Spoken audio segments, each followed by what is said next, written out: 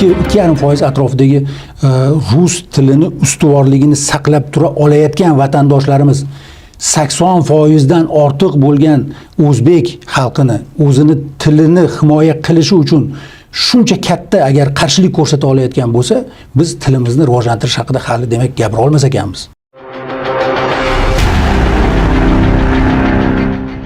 Bugun til yumshoq siyosiy kuch sifatida ishlatilayotganligini biz yaqqol ko'ryapmiz.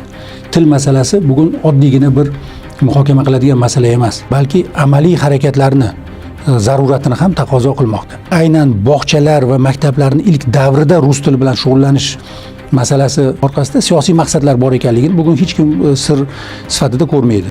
Lekin til o'rganish masalasi bu birinchi sinfdan yoki bog'chadan boshlanadigan masala emas. Bog'cha va maktabni ilk davri bu bolani asl tarbiya, poydevor tarbiya davri hisoblanadi. Va mana shu davrda bolani qadriyatlariga bo'lgan hurmat, o'z milliy o'zligini, an'analarini asrash, o'z qadriyatini, qiymatini bilish kabi masalalar singdirilishi kerak. Masalan, Yaponiya, Koreya kabi, Xitoy kabi uzoq tarixga ega bo'lgan millatlarni agar bugun bog'cha va maktablarini ko'radigan bo'lsak, o'sha ilk davr tarbiyasi o'zligini anglashga qaratiladi. Agar biz bog'chada bugun ustuvor til sifatida rus tilini tan olayotgan bo'lsak, birinchi, ikkinchi sinflarda o'zga tilda agar biz uni o'rgatishni boshlasak, qadriyatlarimizga nisbatan hurmatsizlik qiladigan o'zimizni avlodni ham afsus bilan yetishtirib qo'yish mumkin bo'ladi.